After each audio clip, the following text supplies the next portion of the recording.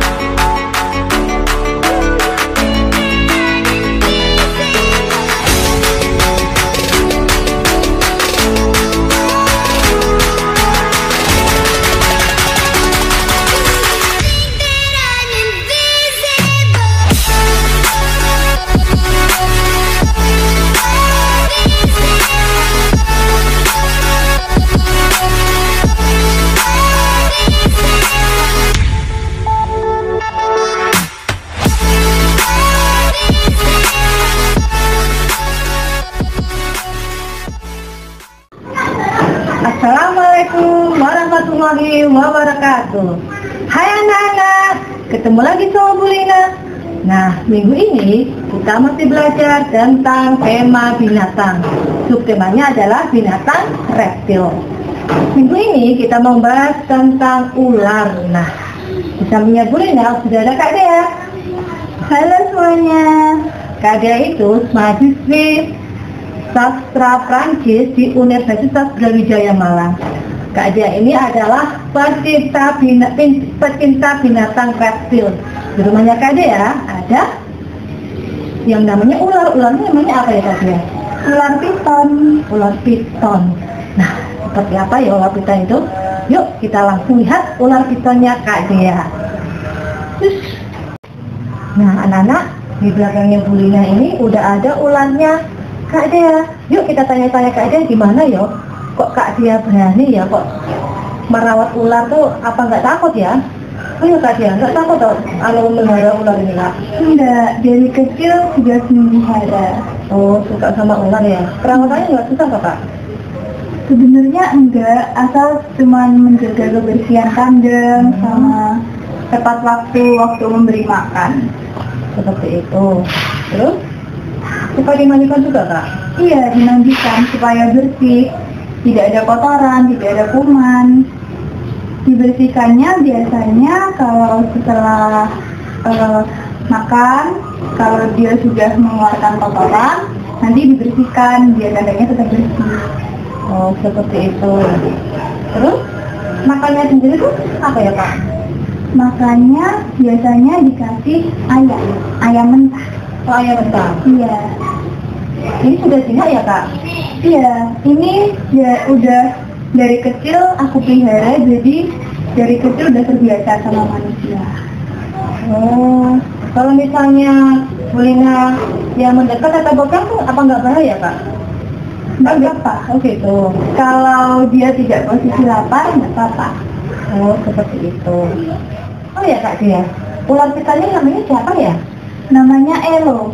Oh Elo, anak-anak ular pitonnya Kak Dia itu namanya Elo. Nah, oh ya Kak Dia, selain piton itu di Sulawesi ada apa saja ya? Jenis ular itu ada banyak, dan teman-temanku juga ada dari komunitas punya banyak banget ular. Jadi mau lihat, yuk kita ke tempatnya temanku aja. Boleh? Oke.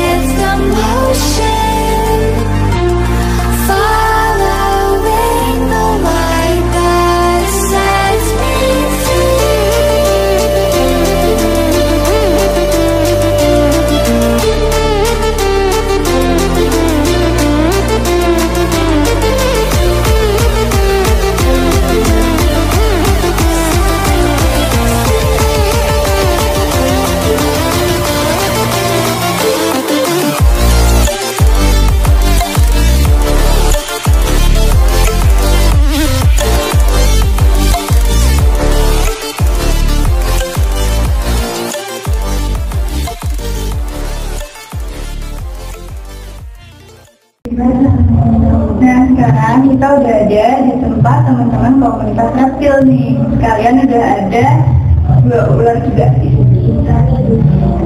Ini jenisnya ular apa ya? Beda ya sama yang di rumah tadi? Iya, untuk jenisnya beda. Jadi kalau ini bisa saya jelasin. Mungkin kalau di tempatnya di rumahnya dia tadi itu sebetulnya sama, jenisnya juga jenis piton, cuman tergantung dari lokality. Jadi tergantung dari daerah masing-masing. Jadi ada yang dari Jawa itu juga dibagi dari 3. Dari yang Jawa Timur, Jawa Tengah sampai Jawa Barat itu beda jenis juga. Terus ada lagi yang lokality yang dari Sumatera. Sebetulnya kalau untuk jenis ular piton itu memang kita bahasa Indonesia harusnya kita lebih bangga sekarang. Karena apa? Dunia pun mengakui Piton reticulatus ini jadi ular terpanjang di dunia untuk sekarang. Jadi yang pernah ditemukan itu di daerah Sulawesi itu panjangnya hampir 14,5 meter dan beratnya itu sudah masuk di 447 kg. Jadi hampir maksudnya ya itu di alam liar. Jadi di alam liar itu dia bisa lebih besar karena untuk makanannya pun juga tidak terbatas. Jadi dia begitu selesai makan dia istirahat, setelah istirahat dia misalkan mau makan lagi, untuk makanannya di alam masih banyak suplainya gitu. Nah ular ini pun juga termasuk kalau di rantai makanan dia urutan paling atas untuk jadi pengontrol hewan-hewan mamalia yang lain. Jadi gitu. Terus itu juga ular ini pun juga banyak sih fungsinya untuk jadi sahabat petani juga ada, atau yang biasanya orang-orang kalau ketemu ular pasti takut.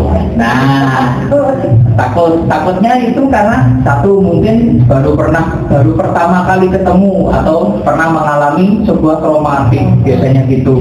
Kalau mengalami sebuah trauma itu sebetulnya bisa ada sih proses untuk penyembuhannya atau treatmentnya ada. Namanya kita biasanya pakainya hipnoterapi. Jadi hipnotis dengan cara terapi. Jadi kita terapi orangnya dengan ular juga. Biasanya gitu. Iya, jadi hipnotis dulu, kita bangunkan untuk alam bawah sadarnya, kita kasihkan sugesti dulu, nah, habis itu baru kita kasih hewannya. Biasanya gitu. Nah, ini kalau misalkan mau ada yang mau ditanyakan, silakan. Ini untuk perawatannya sama nggak, Kak? Yang jenis ini sama yang kuning itu? Kalau untuk perawatannya semuanya sama. Untuk pemberlakuan perawatannya semua sama. Jadi tetap kita kasih makannya 1 minggu sekali. Tapi kalau sudah semakin besar, itu biasanya jangka waktunya bisa lebih lama. Bisa masuk sebulan sekali atau 3 bulan sekali. Jadi tergantung dari besar ukuran biasanya gitu. Kalau masih ukuran segini, ini ukuran sudah hampir 3 meter, itu biasanya kasih makannya bisa sebulan sekali. Atau untuk mempercepat pertumbuhannya bisa seminggu sekali juga bisa. Kasih makannya? Iya. Terus untuk pergantian kulitnya? Pergantian kulitnya biasanya 40 hari sekali, itu yang normal. Jadi normalnya 40 hari sekali. Cuma tergantung dari kita kasih makannya juga. Kalau 1 minggu sekali, dia bisa dalam 1 bulan itu bisa 2 kali. Itu untuk pergantian kulit. Tapi kalau untuk normalnya biasanya itu 40 hari setelah makan. Tuh. Terus untuk mandikan, terus perawatan di kandangnya, itu seperti apa, Kak? Kalau biasanya untuk hewan seperti ini, reptil jenis ular, itu mandinya cukup kita biasanya 1 minggu bisa 2 kali. Jadi mandinya cukup cuman ya dikasih di kontainer box itu aja, dikasih air, ularnya kita masukkan, terus ditutup gitu aja, sambil kita biasanya bersihin kandang. Nah gitu. Ganti alas, terus kita biasanya kalau kandangnya kaca semua itu biasanya kita lap dulu pakai kain gitu, biasanya gitu. Ini sudah jinak ya, Kak? Atau memang? Kalau untuk yang di sini, yang 2 jenis ini, dia masuknya bukan jinak, tapi handle aman. Beda dengan jinak. Kalau jinak dia nggak jarang untuk gerak, tapi kalau handle aman dia biasanya ya seperti ini. Cuman dia karena sudah akrab dengan manusia, dengan kita, sering interaksi dengan kita, dia akan perlahan-lahan akan berkurang untuk sifat liarnya gitu. Jadi tapi juga pemeliharaan juga berpengaruh juga. Kalau kita peliharanya dari kecil, dari ukuran misalkan dari ukuran 60 cm itu kita pelihara sampai besar, itu ke kitanya bisa bonding, itu bisa jinak. Itu kan kalau di dalam pegang kan nyaman gitu kan. Ya. Biasanya kan ular katanya mencium keringatnya yang sering. Iya, ya itu karena ular ini kan dia yang mendeteksi sensor panas. Ya, jadi sensor panas. Jadi sensor panas di kitanya. Jadi kita kan kalau misalkan terlalu sering banyak gerak kan warna kita kan untuk sensor panasnya dia, warnanya kita kan jadi merah. Dan ular ini dia buta warna. Jadi hanya yang bisa dilihat hanya warna merah. Nah, ular ini pun juga tidak bisa mendengar karena dia tidak punya indang telinga. Nah, tapi telinga ya? Tidak ada. Ular ini tidak punya indang telinga, Bu. Gitu loh. Hidung ya berarti? Iya. Nah, ular ini dia punya mata, cuman bedanya dia tidak ada kelopak mata. Jadi kalau itu juga seperti Iya, iya gitu. Jadi ular ini punya mata, cuman dia tidak ada kelopak mata, itu yang membedakan dengan hewan reptil lainnya. Terus ular ini juga buta warna. Tapi ada ular yang dia bisa melihat jelas. Ya, contohnya itu ular king cobra atau Ophiuchus. Nah, itu ular king cobra itu dia bisa melihat gambaran manusia jelas. Tuh. Tapi kalau untuk yang jenis lainnya, yaitu warna cuma hanya warna merah aja. Walaupun ini kalau misalnya dipegang orang lain aman juga ya? Aman juga, aman. Karena yaitu kita bilangnya kan bukan jinak tapi handle aman. Jadi handle aman ya dia nggak akan gigit atau nggak akan nyerang kita meskipun kita pegang kepala atau kita pegangnya secara kasar, itu dia sudah maksudnya handle aman. Cuman ya kita biasanya hanya memperingatkan untuk orang-orang awam yang dia belum pernah pegang. Jadi kita kasih tahu caranya pegang seperti apa gitu. Jadi jangan sampai menyakiti ularnya gitu. Jadinya kan gitu. Jadi kita pegangnya pun juga seperti ini. Nggak ada penekanan di badannya dia. Jadi kita malah yang ikuti gerak kan, ya geraknya si hewan. Gitu.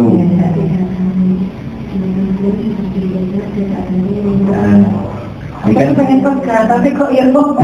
Sebetulnya nggak apa-apa, dicoba aja. Jadi kalau sudah terbiasa pegang, itu nanti akan jadi terbiasa juga sih. Iya. Dan mungkin mungkin biasanya ada orang yang takut atau geli, ya itu. Saya kan di tempatnya dia itu ya butuh 1 jam malah untuk berani megang elo itu. Namanya apa kan?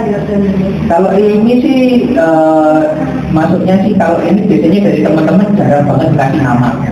Iya, jarang banget dikasih nama. Cuman ya tinggal dari pemiliknya aja sih.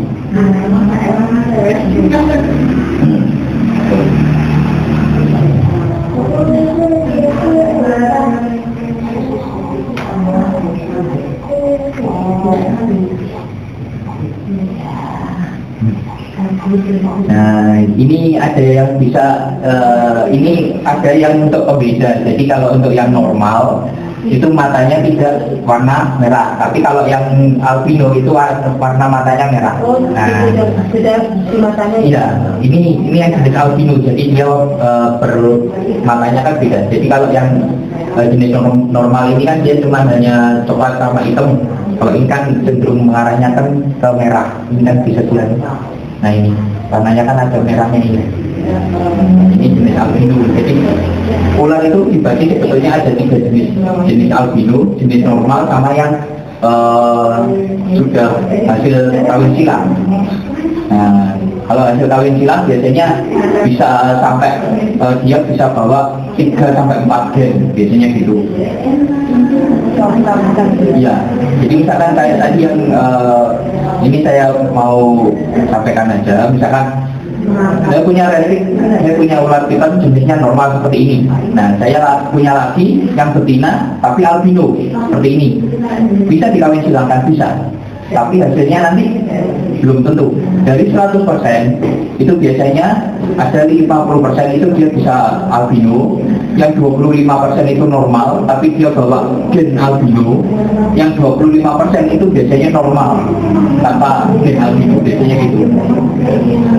Jadi hasilnya seperti itu. Ya, tapi kalau yang albino dengan albino itu bisa 100% albino. Biasanya ada juga yang 50% albino, 50% normal, biasanya gitu aja.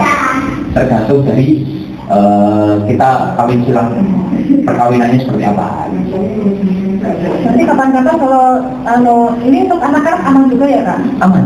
Oh. Aman. Jadi setiap kalau kita misalkan kita bawa ke acara, kalau ada acara-acara itu biasanya kita bawa yang sudah handle aman seperti ini.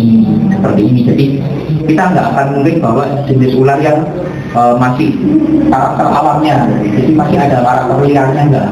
Jadi kita bawa yang sudah benar-benar handle aman, jadi bisa dipegang sama anak-anak, bisa untuk biasanya kalau anak-anak kan cenderungnya, jadi dia cenderungnya kan dia lebih jatuhnya ke penasaran. Kayak apa sih pegang ular itu? Nah, ini soalnya sebenarnya pegang orang sih biasanya gitu. Jadi untuk anak-anak itu biasanya rasa penasarannya lebih tinggi.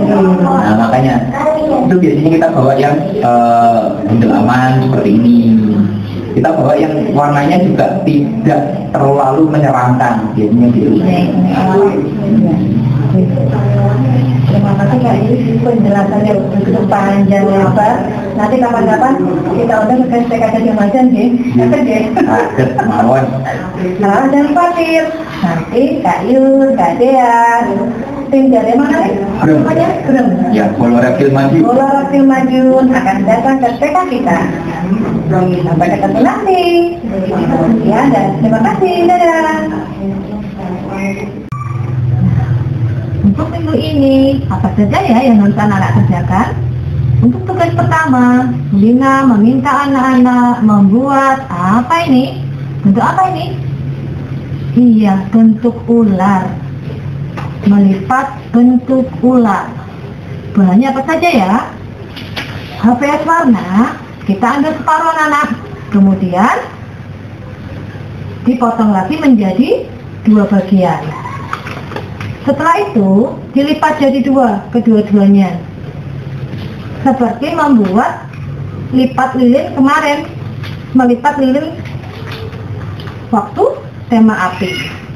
Nah, kedua bagian disatukan, dilipat ke dalam, keluar seperti ini, bergantian. Sampai kertasnya habis.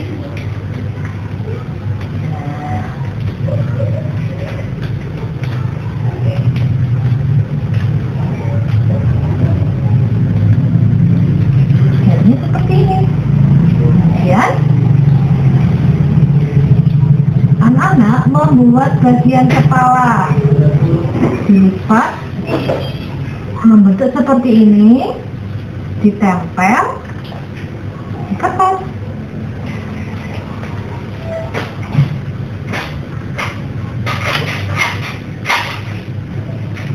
Jangan lupa nanti membuat bagian apa anak? Lidahnya ular sama matanya dari spidol. Bisa mengerjakan? Ya. Untuk tugas selanjutnya, tadi Kak Dea punya ular apa anak? Iya, ular piton. Nah, sekarang Kak Dea ini membantu Bu Lina membuat kolase ular piton. Silakan Kak Dea. Jadi di sini ada gambar ular. Kita akan membuat kolase dari bungkus plastik bekas. Di sini aku pakai bungkus bekas kopi. Bungkus kopi.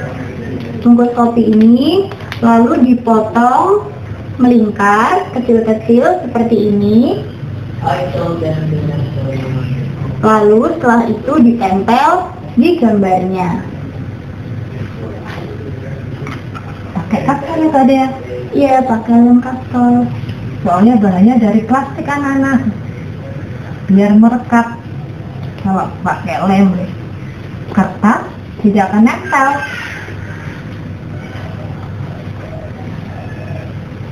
Kita tempel satu persatu.